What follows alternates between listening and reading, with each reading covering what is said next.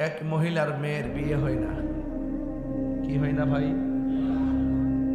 নবীর দরবারে যায়, কই নবী গো, আমি গরিব দিকে আমার মেয়ের বিয়ের প্রস্তাব কেউ দেয় না। এমন কিন্তু এই এলাকা তো থাকে অনেক সময়, মেয়ের বয়স 20, 22, 25 হয়েছে। আল্লাহর হাবিব নিজের কপাল মুবারক থেকে পসিনা মুবারকটা বের কইরা শিশির মধ্যে ঢুকাই দিয়া কয় যাও।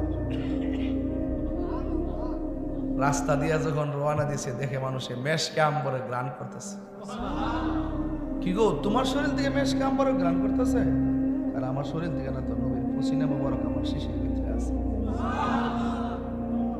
তাবারক কিনলে আনছো? তাবারক আনছে, মেয়েটার বিয়ে হই না, রাসূলুল্লাহ আমাকে তাবারক হিসেবে দিয়েছে।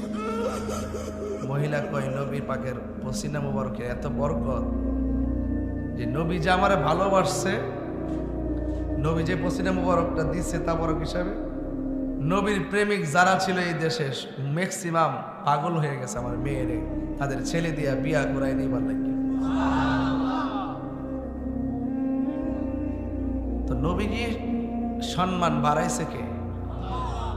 আর বড় করে বলে বাড়াইছে কে? এই সাইডে আপনার কথা বলতেছেন, আমি দুঃখ পাইতেছি।